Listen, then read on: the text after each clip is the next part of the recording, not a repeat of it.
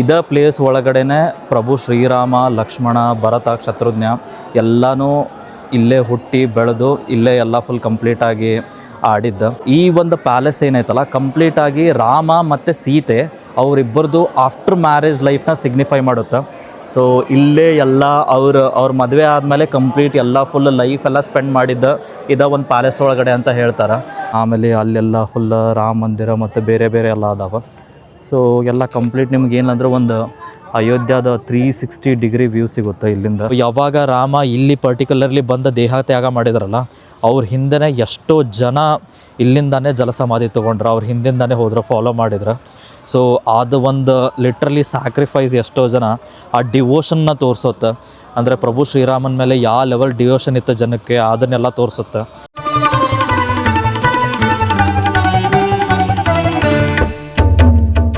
Hi hello ನಮಸ್ತೆ ಎಲ್ಲರಿಗೂ, welcome back to a new video. Hope you are doing well. ಎಲ್ಲರೂ ಮಸ್ತಾಗಿಚ್ಚದ್ರಿ ಅಂತ ಅನ್ಕೋತೇನೆ.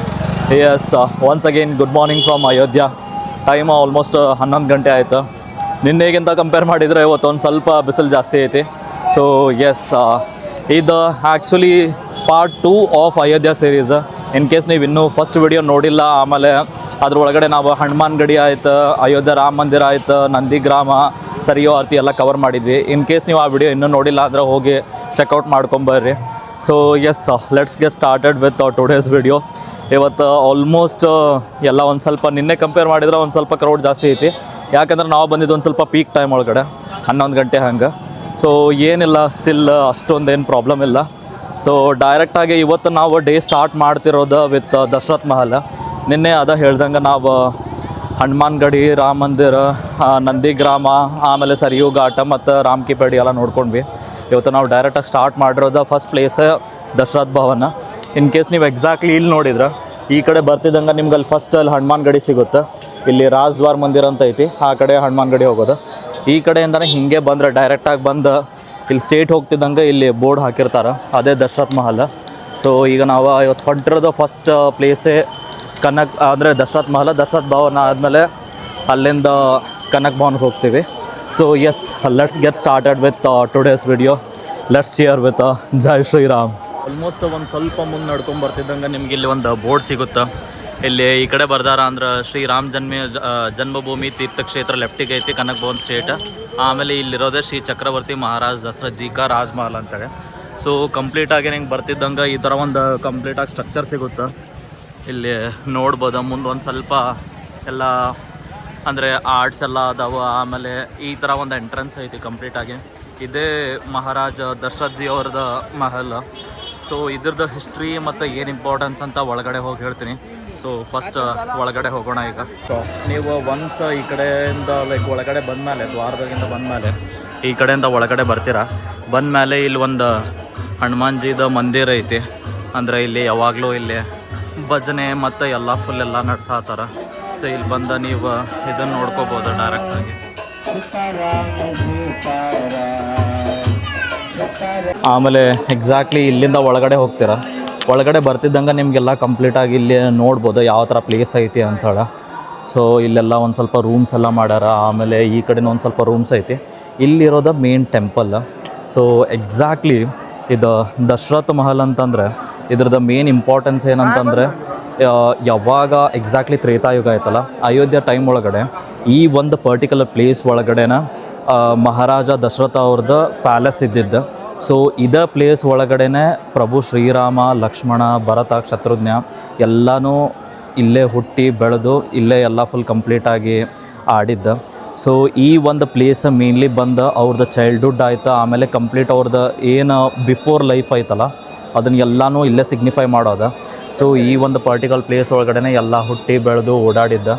ಸೊ ಇಲ್ಲಿ ಬಂದರೆ ನಿಮ್ಗೆ ಅದು ಕಂಪ್ಲೀಟ್ಲಿ ಆ ಸ್ಟೋರೀಸ್ ಎಲ್ಲ ಗೊತ್ತಿದ್ರೆ ನಿಮ್ಗೆ ಅದೊಂಥರ ಏನೋ ಮೂಮೆಂಟ್ಸ್ ಚೆರಿಷ್ ಆದಂಗೆ ಅನಿಸುತ್ತೆ. ಇದೇ ಪ್ಲೇಸ್ ಒಳಗಡೆ ಎಲ್ಲ ರಾಮ ಹುಟ್ಟಿ ಬೆಳೆದು ಓಡಾಡಿದ್ದ ಅಂಥೇಳಿ. ಸೊ ಈಗ ಇಲ್ಲೆಲ್ಲ ಕಂಪ್ಲೀಟಾಗಿ ಓವರ್ ದ ಲೈಕ್ ಅಂದರೆ ಟೈಮ್ ಇದನ್ನು ಒಂದು ಸ್ವಲ್ಪ ಎಲ್ಲ ಚೇಂಜ್ ಮಾಡಿ ರಿನೋವೇಟ್ ಎಲ್ಲ ಮಾಡಿ ಇಲ್ಲಿ ಒಂದು ಟೆಂಪಲ್ ಥರ ಮಾಡ್ಯಾರ. ಸೊ ಇಲ್ಲಿ ಬರ್ತಿದ್ದಂಗೆ ನೀವು ನೋಡ್ಬೋದು ಇಲ್ಲೆಲ್ಲ ಒಂದು ಸ್ವಲ್ಪ ಪಿಲ್ಲರ್ಸ್, ಆಮೇಲೆ ಇಲ್ಲಿ ಎಕ್ಸಾಕ್ಟಾಗಿ ಒಂದು ಸ್ವಲ್ಪ ಎಲ್ಲ ಇದು ಅದಾವ. ಇಲ್ಲಿ ದಶರಥ ಮತ್ತು ಕೌಸಲ್ಯ ಅವ್ರದ್ದು ಜೊತೆಗೆ ಲೈಕ್ ರಾಮನ್ ನೋಡ್ಬೋದು. ಆಮೇಲೆ ಬೇರೆ ಬೇರೆ ಎಲ್ಲ ಫುಲ್ ಆರ್ಟ್ಸ್ ಎಲ್ಲ ಮಾಡ್ಯಾರ. ಇಲ್ಲೆಲ್ಲ ಒಂದು ಸ್ವಲ್ಪ ಸೇವಿಂಗ್ಸ್ ಅದಾವ. ಅದೇ ಥರ ಆ ಕಡೆನೂ ಐತಿ ಫುಲ್ಲು. ಈ ಕಡೆ ಅವರಿಗೆ ಶ್ರೀರಾಮನಿಗೆ ಪಟ್ಟಾಭಿಷೇಕ ಮಾಡಿದ್ದಾಯ್ತು ಸ್ಟಾರ್ಟಿಂಗ್ ವನವಾಸ ಹೋಗೋಕ್ಕಿಂತ ಮುಂಚೆ. ಅವಾಗೆಲ್ಲನೂ ಅವ್ರು 4 ಜನ ಮಕ್ಕಳು, ದಶರಥನ ಜೊತೆ 4 ಜನ ಮಕ್ಕಳು ನೋಡ್ತಿರ್ಬೋದು ಇಲ್ಲಿ. ಆಮೇಲೆ ಇಲ್ಲೆಲ್ಲ ಈ ಥರ ಐತಿ. ಆಮೇಲೆ ಇಲ್ಲಿರೋದು ಮೇನ್ಲಿ ಫುಲ್ ಟೆಂಪಲ್ ಎಲ್ಲ ಐತಿ, ಇಲ್ಲಿ ಮಂದಿರ ಇರೋದು. ಸೊ ಈ ಟೈಮ್ ಒಳಗಡೆ ಎಕ್ಸಾಕ್ಟ್ಲಿ ಈಗ 12 ಗಂಟೆ ಆಯಿತು. ಅರೌಂಡ್ 12 ಗಂಟೆಗೆ ಈಗೇನೋ ಜಸ್ಟ್ ಕ್ಲೋಸ್ ಆಯ್ತಂತ. ಒಂದು ಹಾಫ್ ಆನ್ ಅವರ್ ಬಿಟ್ಟು ಓಪನ್ ಆಗುತ್ತೆ. ಸೊ ಓಪನ್ ಆದಮೇಲೆ ನಾವು ಮತ್ತೆ ದರ್ಶನ ಮಾಡ್ಕೋತೀವಿ. ಸೊ ನೀವು ಬಂದಾಗ, ಅಯೋಧ್ಯ ಬಂದಾಗ ಈ ಒಂದು ಪ್ಲೇಸ್ ಮಿಸ್ ಮಾಡೋಕೆ ಹೋಗ್ಬೇಡ್ರಿ. ಬಂದು ಇದೊಂದು ಪ್ಲೇಸ್ ಚೆಕ್ಔಟ್ ಮಾಡ್ಕೊರಿ. ಇನ್ ಕೇಸ್ ನೀವು ಅಯೋಧ್ಯ ಬರಾತಿದ್ರಿ ಅಂದ್ರೆ it should be one of the top 5 places. ಅಂದ್ರೆ ಫಸ್ಟ್ ಹನುಮಾನ್ ಗಡಿ ನೋಡ್ಕೋತೀರಿ, ಆಮೇಲೆ ರಾಮ ಮಂದಿರ ನೋಡ್ಕೋತಿದ್ದಂಗೆ ದಶರಥ ಮಹಲ್ಗೆ ಬರ್ರಿ. ಇಲ್ಲೇ ಹತ್ರನೇ ಐತಿ, ವಿತಿನ್ ವಾಕೇಬಲ್ ಡಿಸ್ಟೆನ್ಸ್. ಹನುಮಾನ್ ಗಡಿಯಿಂದ ಇಲ್ಲಿಗೆ ಜಸ್ಟ್ 100 ಮೀಟರ್ಸ್ ಆಗೋದು. ಡೈರೆಕ್ಟಾಗಿ ಬಂದು ಇದನ್ನು ನೀವು ನೋಡ್ಕೋಬೋದು. ಸೊ ಡೆಫಿನೆಟ್ಲಿ ಮಿಸ್ ಮಾಡ್ಕೋಕೆ ಹೋಗ್ಬೇಡ್ರಿ. ಇಲ್ಲಿ ಒಂದು ಒಳ್ಳೆ ಎಕ್ಸ್ಪೀರಿಯನ್ಸ್ ಅಂತೂ 100% ಇದ್ದೇ ಇರ್ತೈತಿ. ಇಲ್ಲೆಲ್ಲ ಬಂದು ಇದ್ರ ಸರೌಂಡಿಂಗ್ ಹೋಗಿ ಎಲ್ಲ ನೀವು ಓಡಾಡುವಾಗ ನಿಮಗೆ ಇಲ್ಲೇ ಇನ್ನೂ ರಾಮ್ಜಿ ಇಲ್ಲೇ ಅದಾರ ಅಂತ ಆ ಥರ ಫೀಲ್ ಸಿಗುತ್ತೆ. ಸೊ ಎಸ್, ನೆಕ್ಸ್ಟ್ ಹೋಗಿ ಬೇರೆ ಪ್ಲೇಸ್ ಚೆಕ್ಔಟ್ ಮಾಡೋಣ. ಈಗ ದಶರಥ ಮಹಲಿಂದ ಒಂದು ಹಾರ್ಡ್ಲಿ 100 ಮೀಟರ್ಸ್ ಬರ್ತಿದ್ದಂಗೆ ನಿಮ್ಗೆ ಲೆಫ್ಟ್ ಇನ್ನೊಂದು ಬೋರ್ಡ್ ಸಿಗುತ್ತೆ, ಅದೇ ಕನಕ್ ಭವನ್ ಅಂತ.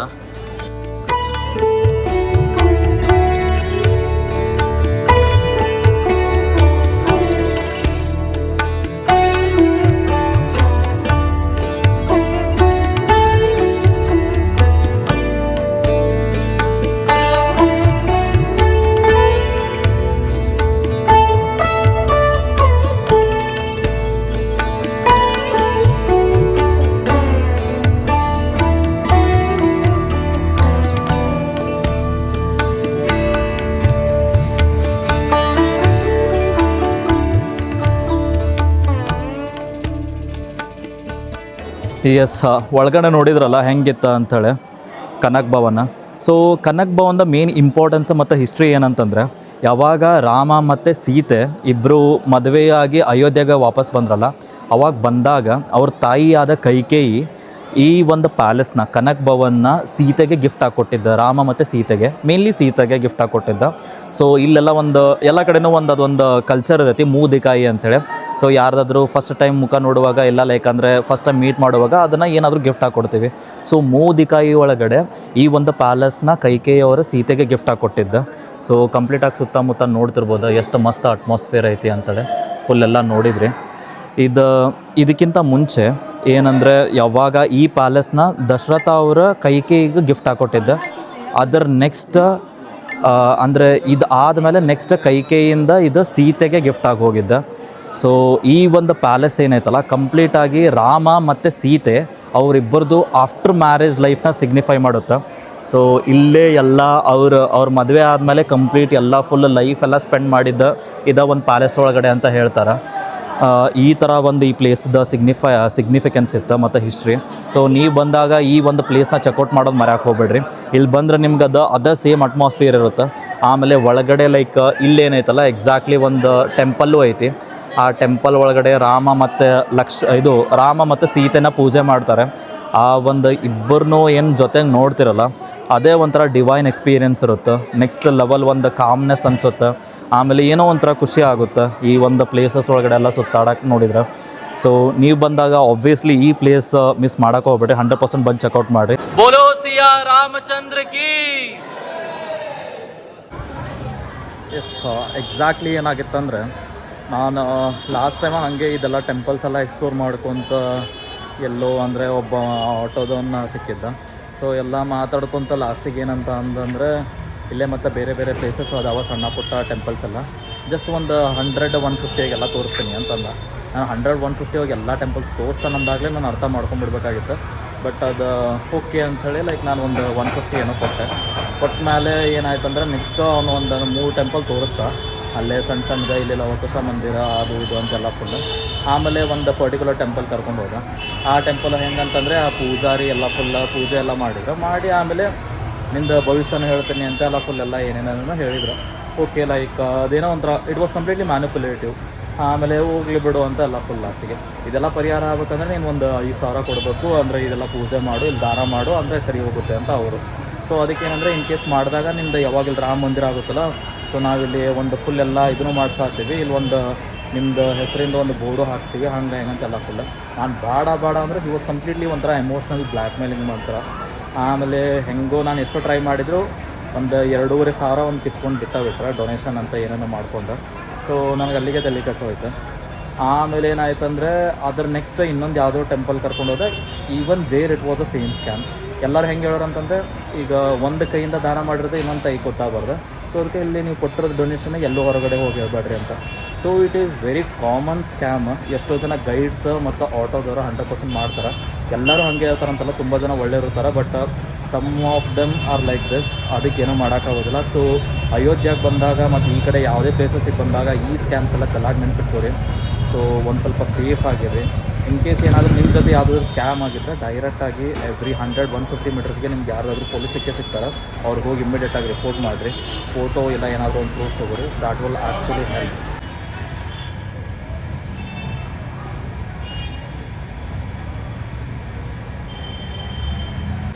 ಎಸ್, ತುಳಸಿ ಸ್ಮಾರಕ ಭವನ್ಗೆ ಹೋಗಿ ಬಂದ್ವಿ.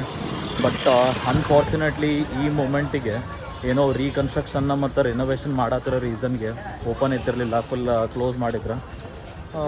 ಏನು ಮಾಡೋಕ್ಕಾಗಲ್ಲ, ನನಗಂತೂ ನೋಡೋಕ್ಕಾಗಲಿಲ್ಲ. ಇನ್ ಕೇಸ್ ನೀವೇನಾದರೂ ಬಂದಾಗ ಇಲ್ಲಿ ಓಪನ್ ಇತ್ತು ಮತ್ತು ಅವೈಲೇಬಲ್ ಇತ್ತು ಅಂದರೆ ಬಂದು ಚೆಕ್ಔಟ್ ಮಾಡಿರಿ, ನೋಡ್ಕೊರಿ ಹೆಂಗೈತೆ ಅಂತೇಳಿ. ನೋಡ್ಕೊಂಡು ನನಗೂ ಕಮೆಂಟ್ ಸೆಕ್ಷನಾಗ ಹೇಳ್ರಿ ನಿಮ್ಮ ಎಕ್ಸ್ಪೀರಿಯನ್ಸ್ ಹೆಂಗಿತ್ತು ಅಂತ. ನಾನಂತೂ ನೋಡೋಕ್ಕಾಗಿಲ್ಲ, ಬಟ್ ನೀವು ನೋಡಿ ನಿಮ್ಮ ಎಕ್ಸ್ಪೀರಿಯನ್ಸ್ ಹೆಂಗಿತ್ತು ಆಬ್ವಿಯಸ್ಲಿ ಶೇರ್ ಮಾಡಿರಿ, ಮಿಸ್ ಮಾಡೋಕ್ಕೆ ಹೋಗ್ಬೇಡ್ರಿ. ಸೊ ಈಗ ನೆಕ್ಸ್ಟ್ ನಾವು ಇಲ್ಲಿಂದ ಮೇನ್ ರೋಡ್ ಕಡೆ ಹೊಂಟೀವಿ. ಮೇನ್ ರೋಡಿಂದ ನಾವು ಆಟೋ ತೊಗೊಂಡು ನಮ್ಮದು ನೆಕ್ಸ್ಟ್ ಡೆಸ್ಟಿನೇಷನ್ ಕಡೆಗೆ ಹೊಂಟೀವಿ. ಸೊ ನಮ್ಮದು ನೆಕ್ಸ್ಟ್ ಡೆಸ್ಟಿನೇಷನ್ ಇವತ್ತಿರೋದು ಇಟ್ ಈಸ್ ಮಣಿ ಪರ್ವತ್ ಮಂದಿರ ಅಂಥೇಳಿ. ಸೊ ಮಣಿ ಪರ್ವತ್ ಮಂದಿರ ಏನು, ಯಾಕೆ, ಅದನ್ನೆಲ್ಲನೂ ಡೀಟೇಲ್ಸ ಮುಂದೆ ಕೊಡ್ತೀನಿ.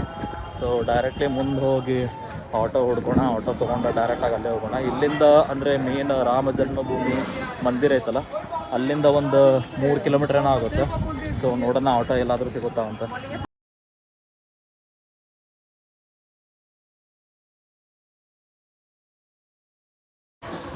S, exactly 1 point in time ರಾಮಾಯಣದ ಯುದ್ಧ ನಡೆಯುವಾಗ ಏನಾಗುತ್ತೆ ಅಂದರೆ, ಲಕ್ಷ್ಮಣ್ಜಿಗೆ ಅದು ಮೇಘನಾಥ್ ಜೊತೆ ಯುದ್ಧ ಮಾಡುವಾಗ ಒಂದು ಬಾಣ ಬೀಳುತ್ತೆ. ಆ ಬಾಣ ಎಷ್ಟು ಫೇಟಲ್ ಆಗಿರುತ್ತೆ ಅಂದರೆ ಅವ್ರ ಜೀವನೇ ಹೋಗೋ ಲೆವೆಲ್ಗಾಗಿರುತ್ತೆ. ದೆನ್ ಅಲ್ಲಿರೋ ಸ್ವಲ್ಪ ಮುನಿಗಳು ಏನು ಸಜೆಸ್ಟ್ ಮಾಡ್ತಾರೆ, ಆಮೇಲೆ ಜಾಂಬವಂತ ಏನು ಸಜೆಸ್ಟ್ ಮಾಡ್ತಾರೆ ಅಂದರೆ, ಹಿಮಾಲಯ ಪರ್ವತದೊಳಗಡೆ ಒಂದು ಮೇನ್ ಸ್ಪೆಷಲ್ ಸಂಜೀವಿನಿ ಅನ್ನೋದು ಒಂದು ಜಡಿಬೂಟಿ ಐತಿ, ಆ ಗಿಡಮೂಲಿಕೆ ತಂದ್ರೆ ಆದಷ್ಟು ಬೇಗ ಹುಷಾರಾಗ್ಬೋದು ಅಂತ. ದೆನ್ ದೇ ಚೂಸ್ ಅಂದರೆ ಯಾರು ಹೋಗಿ ತರ್ತಾರೆ ಅನ್ನೋದೇ ಪ್ರಶ್ನೆ ಆಗುತ್ತೆ. ಅವಾಗ ಎಲ್ಲರೂ ಸೇರಿ ಅಲ್ಲಿ ಆಂಜನೇಯ ಅಂದರೆ ಹನುಮಾನ್ಜಿನೇ ಹೋಗಿ ತೊಗೊಂಬರ್ಬೇಕು ಅಂತೇಳಿ ಡಿಸೈಡ್ ಮಾಡ್ತಾರೆ. So he was the quickest who can do the job ಅಂತ. ಸೊ ಅದು ಡಿಸೈಡ್ ಆದಮೇಲೆ ಡೈರೆಕ್ಟ್ಲಿ ಆಂಜನೇಯ ಅಂದರೆ ಹನುಮಾನ್ಜಿ ಹಿಮಾಲಯಕ್ಕೆ ಬರ್ತಾರೆ. ಹಿಮಾಲಯಕ್ಕೆ ಬಂದು ಅಲ್ಲಿಂದ ಸಂಜೀವಿನಿ ಪರ್ವತ ಅಂದರೆ ಹುಡ್ಕಕ್ಕೆ ಸ್ಟಾರ್ಟ್ ಮಾಡ್ತಾರೆ. ಆ ಪರ್ಟಿಕ್ಯುಲರ್ ಗಿಡಮೂಲಿಕೆ ಏನೈತಲ್ಲ ಅದು ಸಿಗೋದೇ ಇಲ್ಲ. ಅವಾಗ ಅದೇ ರೀಸನ್ಗೆ ಅವ್ರು ಏನು ಮಾಡ್ತಾರೆ ಅಂದರೆ ಕಂಪ್ಲೀಟ್ ಆ ಬೆಟ್ಟನೇ ಎತ್ಕೊಂಡು ಹಿಮಾಲಯ ಪರ್ವತದಿಂದ ಈ ಕಡೆ ಬರ್ತಾರೆ. ಸೊ ಆಮೇಲೆ ಬಂದು ಅದು ಕ್ಯೂರ್ ಆಗುತ್ತೆ. ಈ ಒಂದು ಪ್ರೊಸೆಸ್ ಏನೈತಲ್ಲ, ಆ ಸಂಜೀವಿನಿ ಬೆಟ್ಟನ ಅಲ್ಲಿಂದ ಇಲ್ಲಿವರೆಗೂ ತರೋದ್ರ ಒಳಗಡೆ ನಡುವೆ ಅಲ್ಲಲ್ಲಿ ಒಂದು ಸ್ವಲ್ಪ ಅದ್ರದ್ದು ಫ್ರ್ಯಾಗ್ಮೆಂಟ್ ಬಿದ್ದು ಅಂತ ಹೇಳಿದೆ. ಒಂದು ಎಷ್ಟು ಸ್ಟೋರೀಸ್ ಅದಾವೆ, ಅದ್ರ ಪ್ರಕಾರನೇ ಒಂದು ಫ್ರ್ಯಾಗ್ಮೆಂಟ್ ಬಿದ್ದಿದ್ದು ಈ ಒಂದು ಪ್ಲೇಸ್ ಒಳಗಡೆ, ಅಯೋಧ್ಯದೊಳಗಡೆ. ಅಲ್ಲಿ ಇದು ಹೆಸರು ಬಂದಿದ್ದ ಮಣಿ ಪರ್ವತ ಮಂದಿರ ಅಂಥೇಳಿ. ಸೊ ಇಲ್ಲಿರೋ ಒಂದು ಟೆಂಪಲ್ ಇದು ಆಂಜನೇಯ ಅಂದರೆ ಹನುಮಾನ್ಜಿಗೆ ಫುಲ್ ಸಮರ್ಪಿತ ಆಗಿರೋದು. ಇಲ್ಲಿ ನೋಡ್ತಿರ್ಬೋದು, ನಾವೀಗ ಬಂದಿರೋ ಮೇನ್ ಪ್ಲೇಸೇ ಮಣಿ ಪರ್ವತ ಮಂದಿರ ಅಂಥೇಳಿ. ಸೊ ಇಲ್ಲಿ ಭಾರತ ಸರ್ಕಾರ ಸಂಸ್ಕೃತಿ ಮಂತ್ರಾಲಯ, ಭಾರತೀಯ ಪುರಾತತ್ವ ಸರ್ವೇಕ್ಷಣಾ ಅಂದರೆ full complete ministry of culture ಮತ್ತು ಆರ್ಕಿಯಾಲಜಿಕಲ್ ಸರ್ವೆ ಆಫ್ ಇಂಡಿಯಾದಿಂದ ಫುಲ್ ಸರ್ಟಿಫೈ ಆಗಿರೋ ಒಂದು ಪರ್ಟಿಕ್ಯುಲರ್ ಪ್ಲೇಸ್, ಬೆಸ್ಟ್ ಪ್ಲೇಸ್ ಐತಿ. ಈ ಆಲ್ಮೋಸ್ಟ್ ಒಂದು 60-70 ಸ್ಟೆಪ್ಸ್ ಮೇಲೆ ಹತ್ಕೊಂಡು ಹೋದ್ರೆ ಮೇಲೆ ಒಂದು ಟೆಂಪಲ್ ಐತಿ, ಅಲ್ಲಿ ನೋಡೋಣ. ಆಮೇಲೆ ಎಕ್ಸಾಕ್ಟ್ಲಿ ಇಲ್ಲೇ ನೀವು ಟೆಂಪಲ್ಗೆ ಹೋಗೋಕ್ಕಿಂತ ಮುಂಚೆ ಇಲ್ಲಿ ಸ್ಟೋರಿನೂ ಬರ್ದಾರ, ಇಲ್ಲಿ ಓದ್ಕೋಬೋದು. ನೀವು ಬೇಕಂದರೆ ಒಂದು 1 ಮಿನಿಟ್ ಪೌಸ್ ಮಾಡ್ಕೊಂಡು ಕಂಪ್ಲೀಟ್ ಸ್ಟೋರಿ ಓದ್ಕೋಬೋದು, ಎಲ್ಲ ಎಕ್ಸಾಕ್ಟ್ಲಿ ಏನಾಗಿತ್ತು ಅಂಥೇಳಿ. ಸೊ ಈ ಥರ ಒಂದು ಸ್ಟೋರಿ ಇತ್ತು.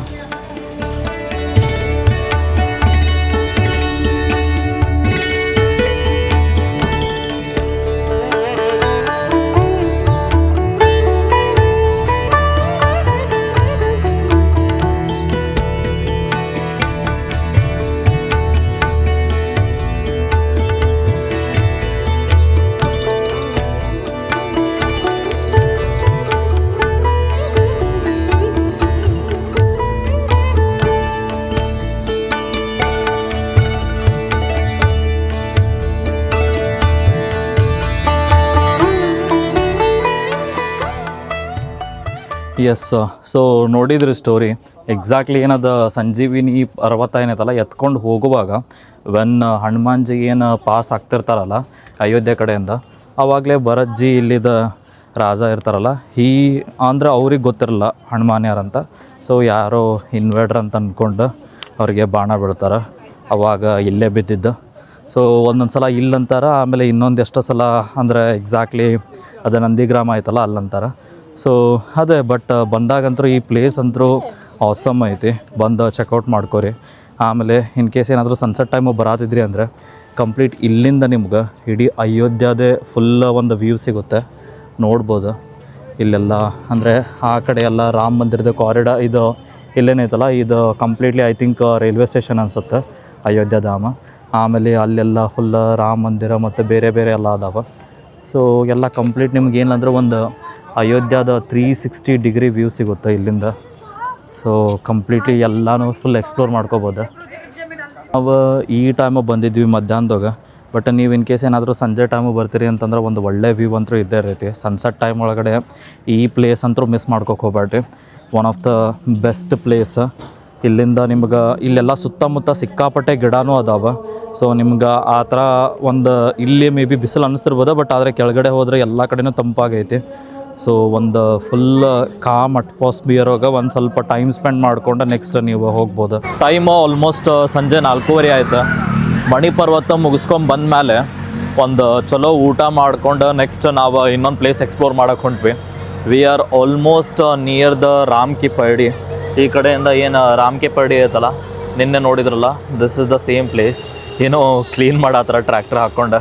ಇದೇನು ಜಾಸ್ತಿ ಡೀಪ್ ಏನಿಲ್ಲ, ಇಟ್ ಇಸ್ ಹಾರ್ಡ್ಲಿ ಒಂದು 2-3 ಫೀಟ್ ಐತಿ ಅಷ್ಟೇ. ಸೊ ಕಂಪ್ಲೀಟಾಗಿ ನೀರು ಇರೋದು. ಅಲ್ಲಿ ಟ್ರ್ಯಾಕ್ಟರ್ ಎಲ್ಲ ಹಾಕಿ ಫುಲ್ಲೆಲ್ಲ ಏನೋ ಕ್ಲೀನಿಂಗ್ ಏನೋ ಮಾಡತ್ತಾರೆ ಇಲ್ಲೆಲ್ಲ.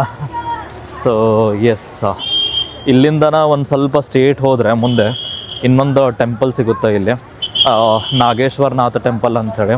ಸೊ ನಾವೀಗ ಅದೇ ಪ್ಲೇಸ್ನ ಎಕ್ಸ್ಪ್ಲೋರ್ ಮಾಡೋಕ್ಕಂತೇಳಿ ಹೊಂಟೀವಿ. ಸೊ ಮುಂದೆ ಹೋಗಿ ನಿಮ್ಗೆ ಆ ಪ್ಲೇಸ್ ತೋರಿಸ್ತೀನಿ, ಮತ್ತು ಅದ್ರ ಬಗ್ಗೆ ಎಲ್ಲ ಡೀಟೇಲ್ಸ್ ಎಲ್ಲ ಮುಂದೆ ಕೊಡ್ತೀನಿ.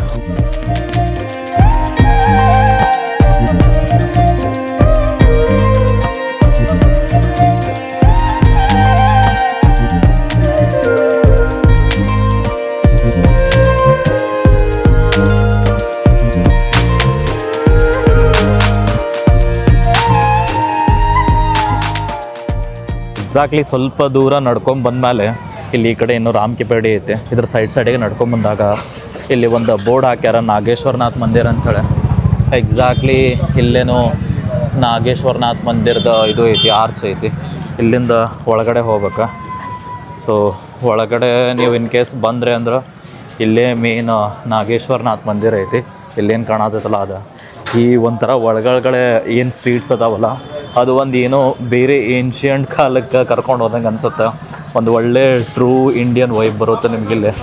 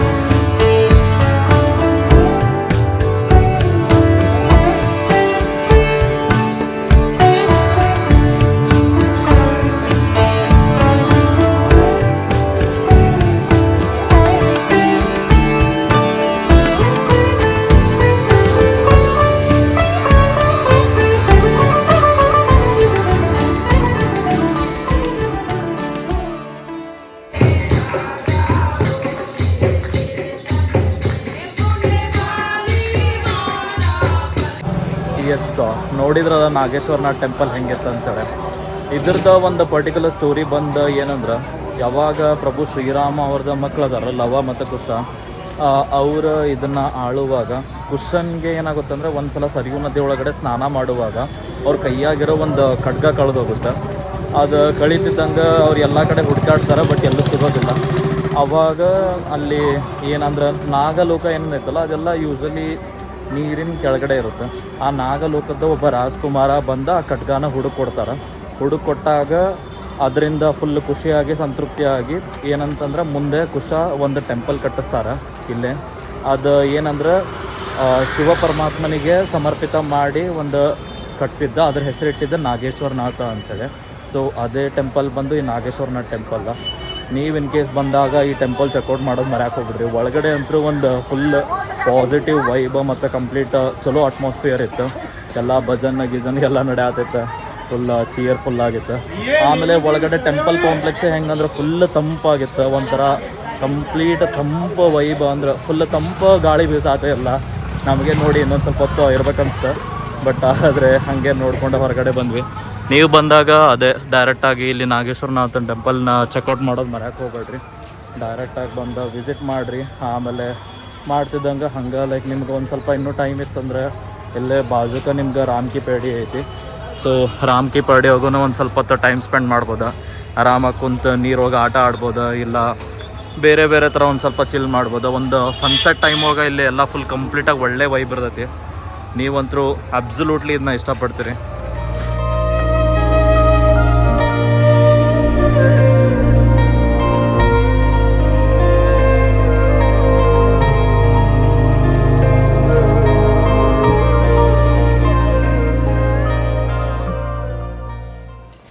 ಎಸ್, ಅಯೋಧ್ಯದೊಳಗಡೆ ಆಲ್ಮೋಸ್ಟ್ ಒಂದು ಮಸ್ತ್ ಸನ್ಸೆಟ್ ಆಯ್ತು. ನಾನು ಇನ್ನೊಂದು ಪ್ಲೇಸ್ ಎಕ್ಸ್ಪ್ಲೋರ್ ಮಾಡೋಕ್ಕಂತ ಬಂದೆ, ಬಟ್ ಅಲ್ಲಿಂದ ಇಲ್ಲಿ ಬರೋದ್ರೊಳಗಡೆನ ಸನ್ಸೆಟ್ ಅದ ಮಿಸ್ ಆಗೋಯ್ತು. ಬಟ್ ಏನಿಲ್ಲ, ಅಟ್ಮಾಸ್ಫಿಯರ್ ಅಂತೂ ನೆಕ್ಸ್ಟ್ ಲೆವೆಲ್ ಒಳಗಡೆ ಐತಿ.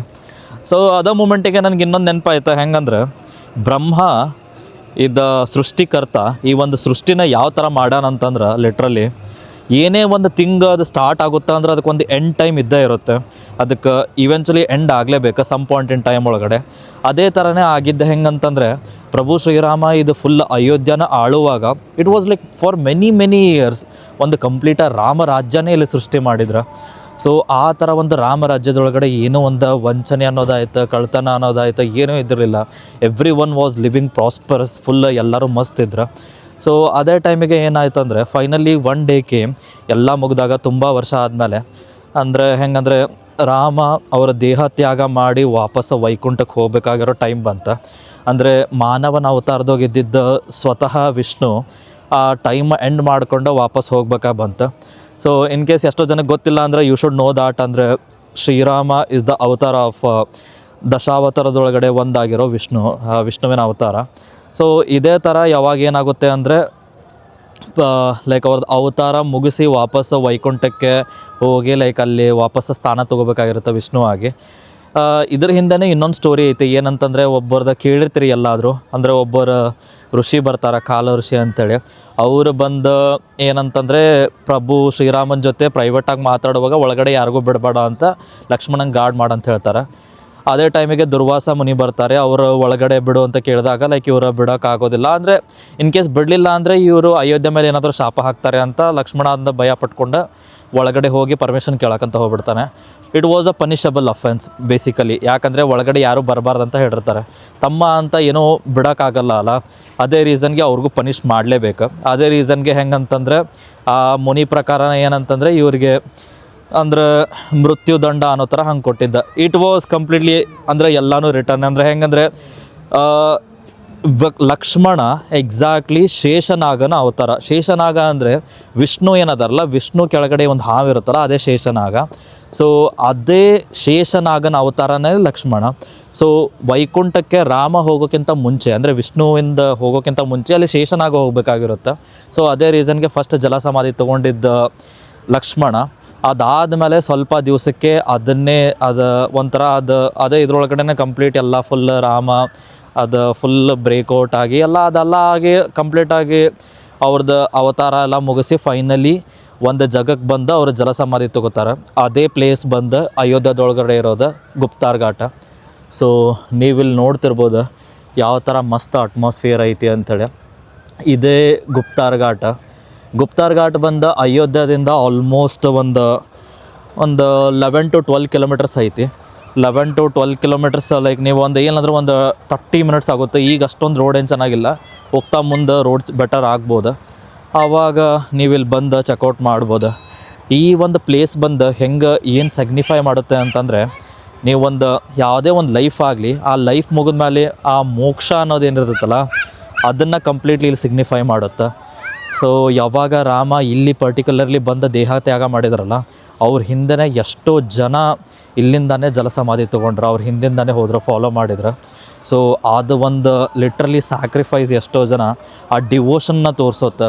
ಅಂದರೆ ಪ್ರಭು ಶ್ರೀರಾಮನ ಮೇಲೆ ಯಾವ ಲೆವೆಲ್ ಡಿವೋಷನ್ ಇತ್ತು ಜನಕ್ಕೆ ಅದನ್ನೆಲ್ಲ ತೋರಿಸುತ್ತೆ. ಹಂಗೆ ಎಲ್ಲರೂ ಇನ್ನೊಂದು ಕೇಳ್ಬೋದು, ಏನಂತಂದರೆ ರಾಮ ಸ್ವತಃ ಹೋದಾಗ ಅವ್ರ ಹಿಂದೆ ಅವ್ರ ದೊಡ್ಡ ಭಕ್ತ ಆದ ಹನುಮಾನ್ ಯಾಕೆ ಹೋಗಲಿಲ್ಲ, ಆಂಜನೇಯ ಯಾಕೆ ಹೋಗಲಿಲ್ಲ ಅಂತ ಕೇಳಿದರೆ, ಆವಾಗಲೇ ಏನಂತಂದರೆ ರಾಮ ಯಾಕಂದರೆ ಆಂಜನೇಯಂಗೆ ಹೇಳ್ತಾರೆ ಏನಂತಂದರೆ, ನನ್ನ ಲೈಫ್ ಒಳಗಡೆ ಇದ್ದಿದ್ದು ಎಲ್ಲ ಕಷ್ಟ ಕಳೆದು ಎಲ್ಲನೂ ಪರಿಹಾರ ಮಾಡ್ದವ್ನು ನೀನು. ಸ್ವತಃ ಯಾಕಂದ್ರೆ ರಾಮನಿಗೆ ಸಂಕಟ ಮೋಚನ ಆಗಿದ್ದವನು ಎಂಡ್ ಆಫ್ ದ ಟೈಮ್ವರೆಗೂ ಸಂಕಟ ಮೋಚನ ಮಹಾಬಲಿ ಹನುಮಾನ್ ಆಗಿರ್ಬೇಕು. ಭೂಮಿ ಮೇಲೆ ಎಲ್ಲಿವರೆಗೂ ಟೈಮ್ ಇರುತ್ತಲ್ಲ, ಎಲ್ಲಿವರೆಗೂ ಟೈಮ್ ಎಂಡ್ ಆಗೋಲ್ಲ, ಅಲ್ಲಿವರೆಗೂ ಯಾರಿಗೆ ಏನೇ ಕಷ್ಟ ಬಂದರೂ ಅಲ್ಲಿದ್ದ ಇದನ್ನು ಆಂಜನೇಯ ಕಾಪಾಡಬೇಕಂತ ಅಲ್ಲಿಂದನೇ ಸಂಕಟ ಮೋಚನ ಮಹಾಬಲಿ ಹನುಮಾನ್ ಆಗಿದ್ದ. ಆಮೇಲೆ ಅವಾಗಿಂದನೇ ಹನುಮಾನ್ ಇಲ್ಲೇ ಇದ್ದ. ಎಲ್ಲಿವರೆಗೂ ಯಾರೆಲ್ಲ ಜನ ಶ್ರೀರಾಮನ್ನ ಆಮೇಲೆ ನೆನೆಸ್ಕೋತಾರೆ, ಇಲ್ಲ ಬಾಯಿಂದ ಅವ್ರ ಮಾತಿಂದ ಬರುತ್ತಲ್ಲ, ಅಲ್ಲೆಲ್ಲನೂ ಸ್ವತಃ ಹನುಮಾನ್ ಬಂದು ಅವರಿಗೆಲ್ಲ ಒಳ್ಳೇದು ಮಾಡ್ತಾರಂತ ಅರ್ಥ. ಸೊ ಅದೇ ರೀತಿ ಇದಾಗಿದ್ದು. ಸೊ ಇದೇ ಒಂದು ಪ್ಲೇಸ್ ಒಳಗಡೆ ನೀವೇನು ನೋಡ್ತಿದ್ದೀರಲ್ಲ, ಗುಪ್ತಾರ್ ಘಾಟ್ ಒಳಗಡೆನ ಇಲ್ಲಿ ಪ್ರಭು ಶ್ರೀರಾಮ ಅವರ ಲಾಸ್ಟ್ ಮೂಮೆಂಟ್ ಎಲ್ಲ ಇದ್ದಿದ್ದು. ಲಿಟ್ರಲಿ ಈ ಒಂದು ಪ್ಲೇಸ್ ನೋಡಿದ್ರೆ ಒಂಥರ ಏನೋ ಬೇರೆ ಥರ ಫೀಲ್ ಐತಿ. ಅಂದರೆ ಏನೋ ಇಲ್ಲಿ there is a different com here. ಅಂದರೆ ಅಯೋಧ್ಯೆಗೆ ಎಷ್ಟೋ ಜನ ಬರ್ತಾರೆ, ಎಲ್ಲ ಫುಲ್ ಟೈಮ್ ಸ್ಪೆಂಡ್ ಮಾಡ್ತಾರೆ. ಅಂದರೆ ಇಲ್ಲಿ ಒಂದು ಸ್ವಲ್ಪ ಜನ ಎಲ್ಲ ಕಮ್ಮಿ. ಇಲ್ಲಿ ಬಂದರೆ ಆ ಥರ ಏನೂ ಕ್ರೌಡ್ ಇಲ್ಲ. There is some kind of a calmness here. ಅಂದರೆ ಎಲ್ಲೋ ಲೈಕ್ ನಿಮ್ಮ ಸುತ್ತಮುತ್ತ ಕ್ರೌಡ್ ಇದ್ದರೂ ಲೈಕ್ ನಿಮ್ಗೆ ಒಳಗಡೆ ಅದು ಏನೂ ಫೀಲ್ ಆಗೋದಿಲ್ಲ. It is something different. So ನೀವು ಬಂದಾಗ ಈ ಗುಪ್ತಾರ್ ಘಾಟ ಮಿಸ್ ಮಾಡೋಕೆ ಹೋಗ್ಬಿಡ್ರಿ, 100% ಬಂದು ನೋಡಿರಿ.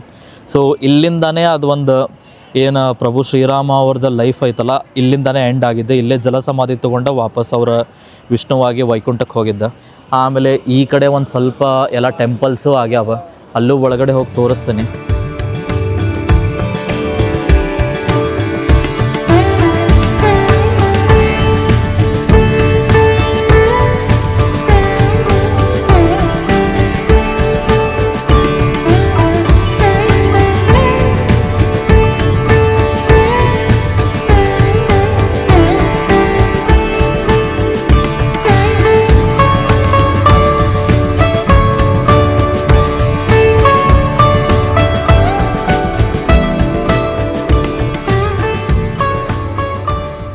ಫೈನಲಿ ಒಂದು ಒಳ್ಳೆ ಸೀರೀಸ್ ಯಾವ ಥರ ಎಂಡ್ ಆಗತ್ತೈತಿ ಅಂದ್ರೆ ಅದನ್ನು ಎಕ್ಸ್ಪ್ರೆಸ್ ಮಾಡೋಕ್ಕಾಗವಲ್ತ ನನಗೆ.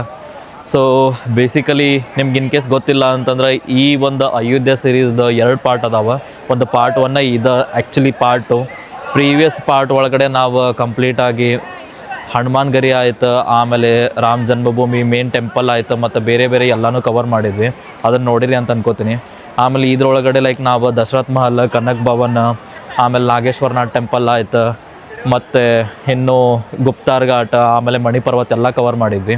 ಸೊ ನಿಮಗೆಲ್ಲನೂ ಕಂಪ್ಲೀಟಾಗಿ ಎಲ್ಲನೂ ವಿಡಿಯೋ ಫುಲ್ ಇಷ್ಟ ಆಗೈತಿ ಅಂತ ಅನ್ಕೋತೀನಿ. So I hope you enjoyed. ನನಗಂತೂ ಒಂದು ಅದು ಎಕ್ಸ್ಪ್ರೆಸ್ ಮಾಡೋಕ್ಕಾಗತ್ತಿಲ್ಲ ಈ ಸಲ ಯಾವ ಲೆವೆಲ್ ಖುಷಿ ಆಯಿತು ಇಲ್ಲಿ ಬಂದಿದ್ದಂಥೇಳಿ. 2 ದಿವಸ ಐ ವಾಸ್ ರಿಯಲಿ ಒಂಥರ ಬೇರೆ ಲೆವೆಲ್ ಒಳಗಡೆ ಇದೆ ಎನರ್ಜಿ. ಸೊ ಇವತ್ತು ಫೈನಲಿ ನಾವು ನಮ್ಮದು ಈ ಒಂದು ಅಯೋಧ್ಯೆ ಸೀರೀಸ್ನ ಇಲ್ಲಿಗೆ ಮುಗಿಸಾತೀವಿ. ಸೊ ಅದು ಏನೋ ಮುಗಿಸಾತೀವಿ ಅಂದರೆ ಅಯೋಧ್ಯೆ ಬಿಟ್ಟು ಹೋಗ್ಬೇಕಂತ ಅದು ಒಂಥರ ಏನೋ ಒಂದು ದುಃಖನೂ ಐತಿ. ಬಟ್ ಆಮೇಲೆ ಏನಿಲ್ಲ ಲೈಕ್ ಅದು ಇಷ್ಟೆಲ್ಲನೂ ಮೂಮೆಂಟ್ಸ್ನ ಚೆರಿಷ್ ಮಾಡ್ಕೊಂಡೆ ಅಂತ ಫುಲ್ ಖುಷಿನೂ ಐತಿ. So I am really happy, ಅಂದರೆ like I am very blessed. ಆಮೇಲೆ ನಿಮಗೂ ಈ ಫುಲ್ ವಿಡಿಯೋ ಲೈಕ್ ಆಗೈತಿ ಅಂತ ಅನ್ಕೋತೀನಿ. I hope it was complete informative. ನೀವು ಇನ್ ಕೇಸ್ ಏನಾದರೂ ಯಾವಾಗಲಾದರೂ ಬಂದಾಗ ಈ ನಾನು ಕೊಟ್ಟಿರೋ ಎಲ್ಲ ಇನ್ಫಾರ್ಮೇಷನ್ ಆಯಿತು, ಎಲ್ಲ ಪ್ಲೇಸಸ್ ಎಲ್ಲನೂ ಚೆಕ್ಔಟ್ ಮಾಡೋದು ಮರ್ಯಾಕೆ ಹೋಗ್ಬೇಡ್ರಿ. ಆಮೇಲೆ ನಂದೆಲ್ಲ ಫುಲ್ ವಿಡಿಯೋ ಇನ್ಫಾರ್ಮೇಟಿವ್ ಆಗಿತ್ತು ಅನ್ಕೋತೀನಿ. ಆಮೇಲೆ ಒಂದು ಥಿಂಗ್ ಏನಂತಂದರೆ ಜಸ್ಟ್ ಒಂದು ಮಾತು ಹೇಳ್ತೀನಿ, ಏನಂದರೆ exactly it's been like many years, ಅಂದರೆ ಹಂಡ್ರೆಡ್ಸ್ ಆಫ್ ಇಯರ್ಸಿಂದ ಈ ಒಂದು ಹಿಂದ್ಗಡೆ ಏನೈತಲ್ಲ ಆ ಟೆಂಪಲ್, ಅದನ್ನು ಕಟ್ಸಾಕೆ ಜನ ಎಷ್ಟೊಂದು ಕಷ್ಟಪಟ್ಟಾರ. ಅಂದರೆ ಎಷ್ಟೋ ಲಕ್ಷ ಜನದ ಜೀವ ಹೋಗೈತಿ, ಇದಕ್ಕೆ ಅಷ್ಟಿಷ್ಟು ಹೋರಾಡಿಲ್ಲ. ಫೈನಲಿ ಈ ಟೆಂಪಲ್ ಇಲ್ಲಿ ಎದ್ದು ನಿಂತೈತಿ. ಈ ಟೆಂಪಲ್ ಇಲ್ಲಿರೋದಕ್ಕೆ ಆ ಜನರದ್ದು ಇಂಟಿಗ್ರಿಟಿ ಆಯಿತು, ಆಮೇಲೆ ಎಲ್ಲ ಫುಲ್ ಅದು ಕಾನ್ಫಿಡೆನ್ಸ್, ಆಮೇಲೆ ಆ ಶ್ರೀರಾಮನ ಮೇಲೆ ಇರೋ ಭಕ್ತಿನೇ ಕಾರಣ. ಸೊ ನೀವು ಎಂಥ ಬೇಕಾದರೂ ಬ್ಯುಸಿ ಶೆಡ್ಯೂಲ್ ಇರಲಿ 1 ಆರ್ ಅದರ್ ಟೈಮ್ ಯಾವಾಗಲಾದರೂ ಫ್ರೀ ಮಾಡ್ಕೊಂಡು ಬಂದು ಈ ಟೆಂಪಲ್ನ ವಿಸಿಟ್ ಮಾಡಿರಿ. ಆಮೇಲೆ ಅಯೋಧ್ಯ ಫುಲ್ ಎಲ್ಲ ನೋಡಿರಿ. ನಿಮಗದು ಲೈಫ್ ಒಳಗಡೆ ಒಂಥರ ಫುಲ್ಫಿಲ್ಮೆಂಟ್ ಅನ್ನೋ ಸಿಗುತ್ತೆ.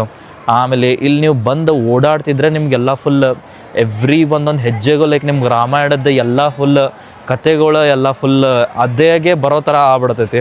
ಹಂಗೆ ಎಲ್ಲ ಕಡೆ ನಿಮ್ಗೆ ಒಳ್ಳೆ ಪ್ಲೇಸಸ್ ಅದಾವೆ, ಎಲ್ಲನೂ ಚೆಕ್ಔಟ್ ಮಾಡ್ಕೋಬೋದು. ಸೊ ಈ ಥರ ಒಂದು ಹೇಳ್ತಾ ನಮ್ದು ವಿಡಿಯೋ ಫೈನಲಿ ಎಂಡ್ ಮಾಡೋ ಟೈಮ್ ಬಂದೈತಿ.